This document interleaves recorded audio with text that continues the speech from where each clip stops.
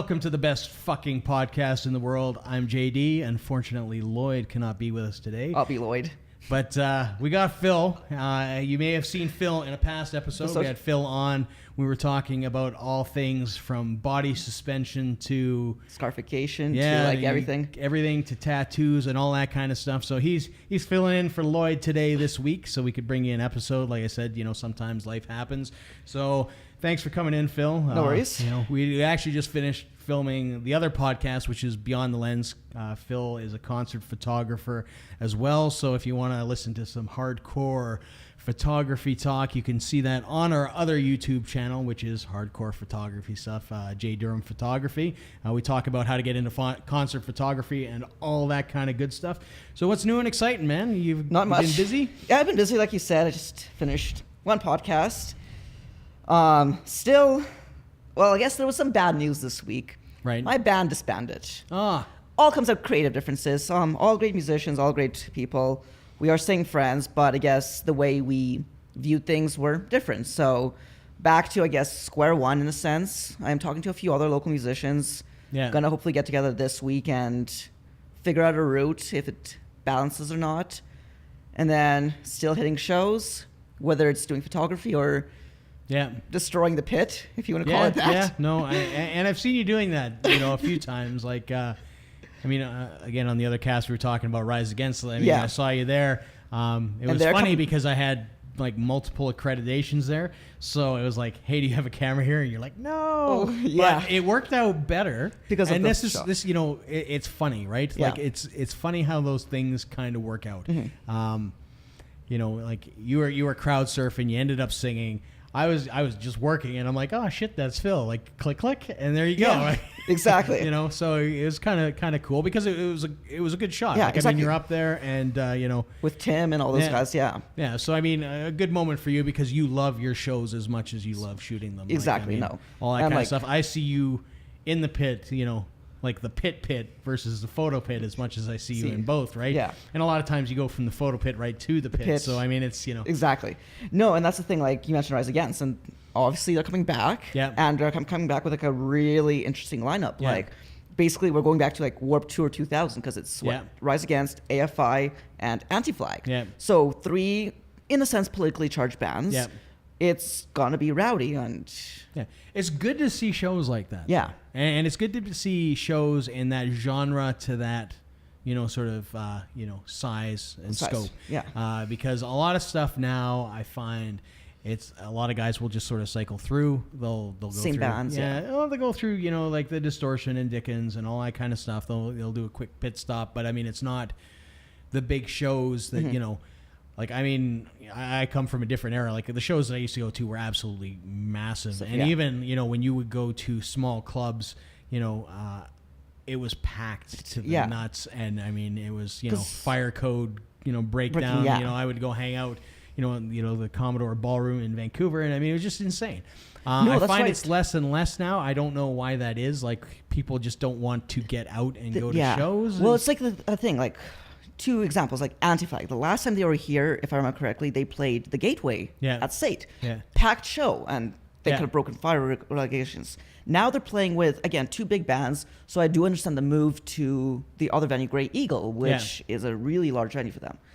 But then there's also bands like tonight, I'm seeing Will in the Story. Right. Last time they were here, they opened up for I Prevail at Marquee. Yeah. And now they're headlining Distortion. So like a smaller shift. So they went from a medium venue to a smaller bar venue. So yeah, I understand that when you switch from being an opener to a headliner. If you feel you don't have the pull that you did. I mean, I kind of thought they've got a little more pull than that. I think this may be one of those situations where the Distortion's actually full, which would be cool. I mean, and that's, part of it. Like, I think a lot of times you will go to shows and when they're half full or they're not quite full or they have too big a venue and they might still have a fair amount of people there, but it just doesn't have the energy when it's packed, right? I mean, it's, it's different when you're looking at like a concert hall and it's half empty. There still might be 2,000-3,000 people there, but it still doesn't feel the same, right?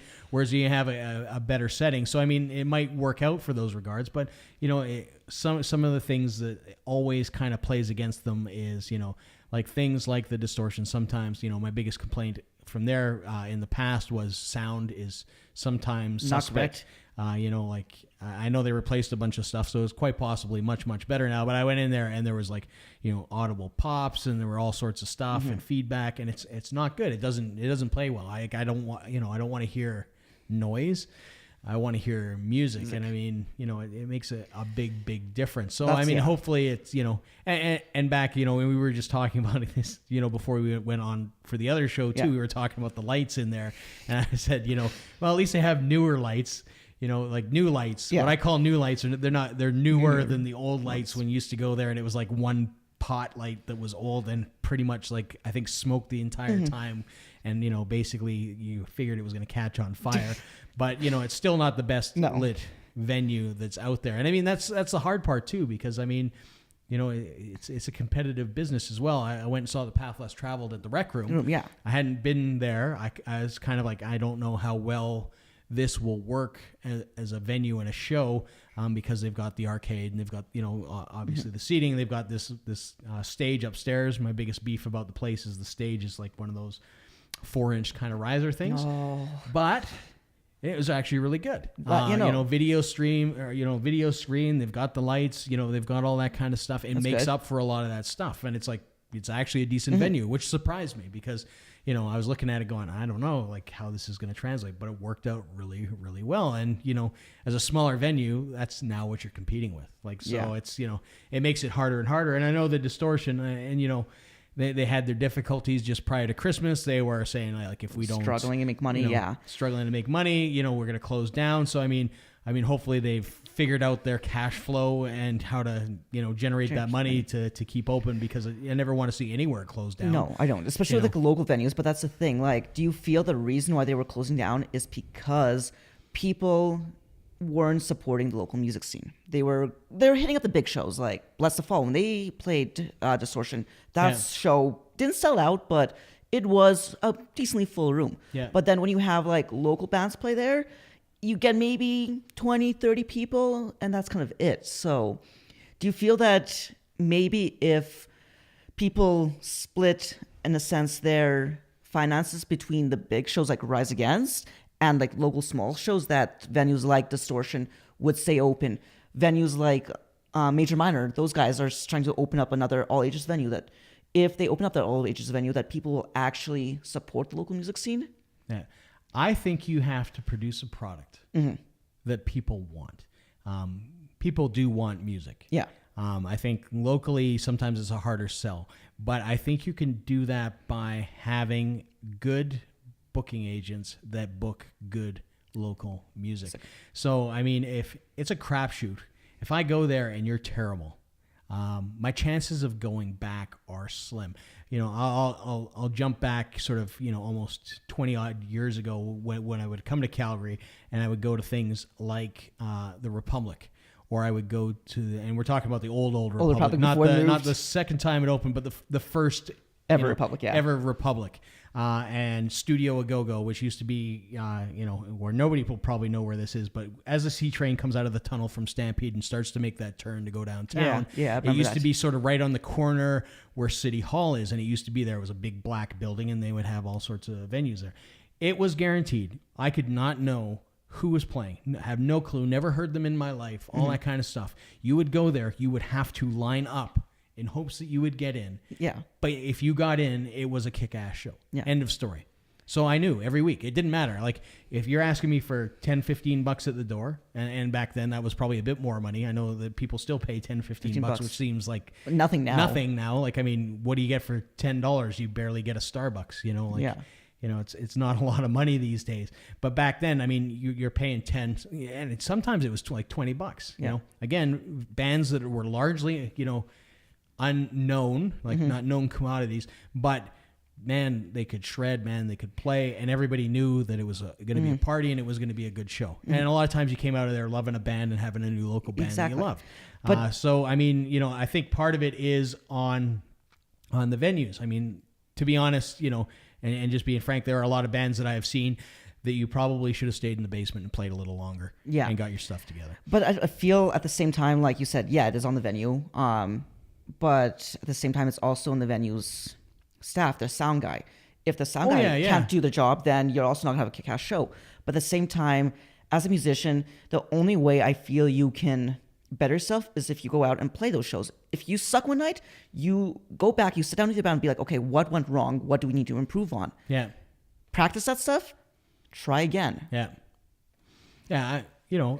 Again, there's different tiers. Like back in the day, like, I mean, I used to work at Skate Jungle. And we had bands that would play there. A lot of times those were really, really small potato bands that a venue wouldn't look at, but they wanted to play, and they would play, and they would have all their friends, and they would just set up and they would play, and that was kind of it. I mean, that's sort of how you cut your teeth. Like I said, you get out of the basement, maybe you play a little show like that, you get better, you rent out a community hall, you do your own thing. You go to a friend's house, you have a party, you have a place like this that's big and empty, you play in here, you have 20 of your buddies.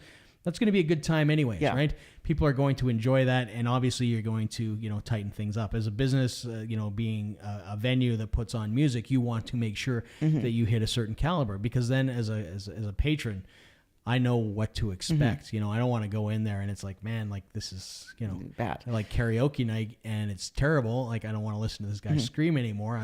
I want to leave, right? Yeah. It's not going to do you any good because I don't want to eat there. I'm not going to drink there. I want to get out of there as quick as I can. And I'm probably not going to come back. And, not all venues are like this. I mean, there's a lot of venues that do, try to step it up, but you have to create a scene. You have to create a scene. And the people that are responsible for that are the venues, people, and the fans. I mean, plain and simple. It is. But the things like we mentioned before we filmed the other podcast, there are venues out there that maybe are making mistakes that they shouldn't be. Yeah. Like they're saying that it's going to be cash only that night or something like that. Yeah, that blows me away. It blows me away. Cash only doesn't work anymore. No, like I have a credit card. With my credit card, because it is a cashback kind of card, I'm going to use it more often, especially for food and drinks and most of the time I don't even have a wallet. Most of the time I tap a phone. Exactly, or I have a watch and I tap. It's that's all credit card stuff. But I mean, it's getting to that point. You can't do it. I mean, even myself, when I do Calgary Comic Expo where I go sell my artwork, guess what? I have a square. And I mean, it's, yes, you pay a percentage and all that kind of stuff, but I mean, the way you got to look at it. And that's the same thing with like touring bands. Does somebody spend $10 and buy a beer, which you lose 5%? Or do they buy no beer whatsoever because they don't have the cash on them? Exactly. Which is better for you? Really? Yeah. And it's not only even the venues. Like you mentioned, like even touring bands nowadays are starting to do that, whether it's a Square, whether it's like the tap machines now, whatever it is, like Apple Pay.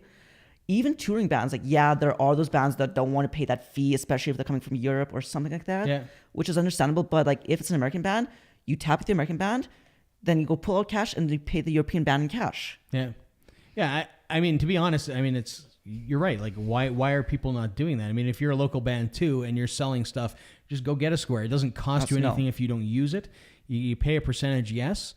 I mean, somebody's buying something, is better that they buy something. To be honest, I go to so many shows. A lot of times I purposely do not bring money because that's my barrier to getting stuff. But now it doesn't work as well because they all have credit card machines and you just tap and you go. And I mean, to be honest, it's maximizing your value because I'm going there to work a lot of times. I'm not going there to spend money. No. Like the last time, like when I saw Suicidal Tendencies, I'm like, I'm just going to buy a hat. Then I bought a hat, socks, and this, and I walked out of there with like $200 worth of stuff. And I'm like, why did I do that? It's like, because I wanted to. It's a good band. You love them. But the same thing, like, if I go up to the merch table and I'm like, okay, there's a $40 hoodie, a $20 shirt, and let's say $10 baseball cap. I only have like $20 on me. What do I buy? Yeah. But if I have my credit card, I'm like, okay, give me a few moments. I'll think about this, but I'll buy all three probably in the end because I'm like, okay, I want to support the artist And that's what I'm saying. Like, same thing with my Suicidal Tendencies. I wouldn't have bought that. I wouldn't have had $200. I just wouldn't have had it. No. I would have had $20. I would have, I don't know what I would have bought for $20. You can't buy anything for 20. Yeah, I would have bought a beer. So, I mean, at the end of the day, you're maximizing your stuff. And I mean, the pricing is most definitely like that, having the stage like 40, 20, 10. So you have, sort of a good mix for people that have cash. You want them to spend like all the 20, you don't want them to spend like $5.95 or whatever. I know they're kind of designed that way, but like I said, you're just maximizing it. And if a bar is just a cash only bar, like you're losing out, man. Like I just don't get it. I mean, it's not like you're not marking up the product anyways. No. So I mean, yeah, you might, lose, $20, $30, $40, $100, whatever in fees and all that kind of stuff, and you don't like that, but you got to look at it. It increased your sales most likely. It most definitely does. I mean, that's why credit card companies exist. Yes, exactly. Because most people don't have that fluid cash to spend. Yeah. So, yeah, it's an interesting thing. Yeah, definitely. But yeah, I mean, the scene is definitely interesting. I think Calgary's got a good scene as a whole. There are moments where I feel it could be better, but at the same time, like we mentioned, like it's up to everyone. It's up to the fans, the promoters, the venues, the artists, like everyone. They have to work together to like make the scene flourish. Everybody's got to do work. Yeah. And I think sometimes there's like a reluctance to do the work. I mean, I complain about all sorts of stuff because I come from a sort of old school thing. I mean, sometimes you'll see it like I'll say, well, I don't know why people don't poster like they used to. They don't invest in posters. They don't put them up, and people are like, posters are dead, all that kind of stuff. And then you see stuff. It's true, but it's not true. Yeah. It's most definitely not, because if you went to like Metallica last year, people were buying those posters like you won't believe. Posters are huge. Yeah. People will spend money on basically posters that used to get thrown up, that they would design and throw up just to get you to the show. Yeah. There's kind of that nostalgia thing, and a lot of people are doing that. But I mean, it's interesting in those regards. To me, that's an opportunity for a band. If you can stand out, if you can go, you could probably actually, I bet you in Calgary, if you could make wicked posters and poster the shit out of this place, and I mean poster the shit out of the place, you could suck, and I bet you could fill a venue. Yeah, and that's the same thing. Like you mentioned, like even me, maybe not as old school as you, but like back in the day when I first started getting into like the music scene and actually going to shows and that stuff, I used to purposely go to Kensington, 17th Avenue, and Inglewood, and go to those posters board, be like, okay, what's coming up? Like, take a few photos, remind myself later, and then go to those shows. Yeah. And then once in a while, like if there was like 6 or 7 of those posters, I was one of those guys. I would rip it off and save it, and then I mean, there's lots of people that do that. Yeah, but the thing is, like nowadays, and like from what I've heard, I could be wrong, is like because those billboards in like 17th Avenue and Kensington are now basically privately owned, you have to go through those people, pay those people to poster, and I'm like, you're holding back an art form and holding back a scene that can flourish if you just let it. Yeah, there's ways around that. Yeah. I mean, you can, like, again, we talked about on the other podcast about relationships. It's establishing relationships. Yeah. Where do music people go on 17th? They go to Sloth. They go to check out records. So, I mean, having posters there. I mean, they have that entire hallway. Up the stairways on both sides. Like 2 or 3 kicking around. And then you go upstairs and they've got all the bigger bands and stuff like that. There's heritage music that's close by as well. Like establishing relationships, Hot Wax, Recordland, all that kind of stuff. Even the bars like the Ship and Anchor, Distortion. Yeah. Because like if you know up at Distortion, like on the outside of the window, you'll have like those local band posters. Yeah. And then you'll have like the bigger band touring shows. And what's nice is like, as you know, I work in Sunrise Records. Yeah. Sunrise Records, what I feel is doing better than HMV was they're working with the local music scene. Oh God, yeah. You can go up and see those local posters. You can see local artists. Be like, if you don't know them, pick up the CD. Be like, oh, they're coming to Calgary or they're playing this venue this day. You pick up the CD, they get half the price, and then you go and check it out at the show, which is great. See, what I don't get about that, Sunrise Music, I guess, like I said, there's some things I don't like about Sunrise Music. Pricing is one of them. But they are in a mall, so I get there is a premium to be there and all that kind of stuff. But the thing that they do the best is the fact that they let local music put their stuff in there. But the funny thing to me is that so many people don't take the opportunity. It's lazy. Like, go fucking... Sorry. If you're a band, go fucking do it. Do it. Go do it tomorrow. Go see Phil. Drop off an application. Go drop off 20 CDs. And guess what? I've seen you do it. Yeah, well, it takes about a week because we have to email head office, the barcodes, get into the system. But we throw it up. And it does suck that we have to. There was a band that had the comic book. I can't remember the thing. It's Michael. He's actually an electronic artist. Yeah. It is Septembrio. Right, Septembrio. So I remember talking to you and going and seeing that. And guess what? Sold out, people. Yeah. So if you're in a local band. And like we have even like right now, it's in the back. It's not official in the system yet, but there is a local photographer also that is putting out his book. Yeah. 70s photography that he did back in the 70s. And books, CDs, vinyls, like whatever you're pressing, bring it in. Like we'll sell it. Yeah. We make half the price, but again, that's a whole stalking and we're in the mall. But whatever. That's typical retail is marking up 100%, right? Yeah. Like, we make a little bit of money, but at the same time, you'll get that money. Like, but at the same time, like I feel like I try and push it, like, okay, you're interested in this artist, that's a big artist. Hey, we also have a local artist section with this kind of artist. Why not check it out? They make half the money. Yeah. But the local artists need to push and remind people that they have the product in the store, and go pick it up. Like I said, there is a a relationship. You can't expect to drop off your CDs at a store and then expect us to do all the work. Yeah. I mean, you've got to tell people that they're there. I mean, that's a smart thing, anyways. It's you got if I'm going to produce something, I'm going to tell. You should be telling all your fans that it's there. A lot of people might not have access to you. You might not have it where you can people might not want to mail order it. They might not come to your shows or whatever. Or if they don't have the cash, Chinook, we take credit. We'll pay. If you want to pay with your debit and credit card for a local artist, we'll do it. It's not a big deal. But that's the same thing like we mentioned earlier. Like, it's that work. Both teams have to put that work in. Like, I try and like, okay, you're interested in, say, Pantera. Yeah. We have a local artist that is very similar to like a metal style of Pantera. Why not check them out as well? Like, they make half the money and you're supporting local music. Yeah. Yeah. But then at the same time, if you're an artist, be like, oh, go to the mall, check out the art stuff, like pick it up. If you don't have cash right now, pay with your credit card. Cool. Yeah. Boom.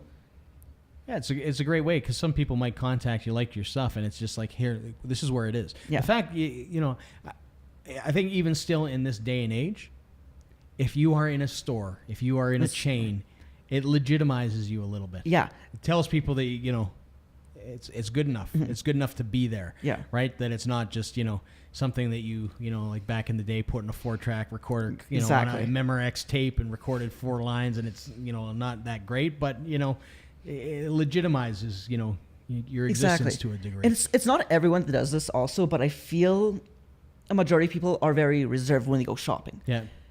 Talk to the staff. Like, I might not be knowledgeable in country, I might not be knowledgeable in like certain genres, but we all have a staff member who is great with certain genres.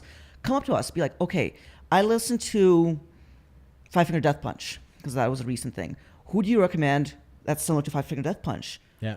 I'll be like, okay, these are the artists that I listen, that I enjoy, that you might enjoy as well, that have that style Five Finger Death Punch. But then when I go up to talk to people like, hey, how are you doing? They're kind of like really reserved. Yeah. We don't bite. Like, we're there to help you to find something that you're interested in. Like, it's the tattoos, Phil. It's the tattoos and the piercings. I got to tell you that right now. I swear it is not. Because like half the people that come into the store are already tattooed or pierced. Yeah. Then there's the half that are the older crowd that are a little bit more conservative that I do understand like a little bit. I mean, I was a tattoo artist and I retired, but generally most people don't know because they don't see me with tattoos. Like, I mean, even though I have a lot of tattoos, they don't see them all the time, right? I mean, again, things like the neck tattoos and the piercings, it kind of, if you're looking, for Shania Twain, it might not be, they might go, I don't know if I should talk to this guy. Worst case scenario, be like, okay, I can show you where Shania Twain is. Yeah. I might not be great with Shania Twain, but let me grab you someone who is. Yeah.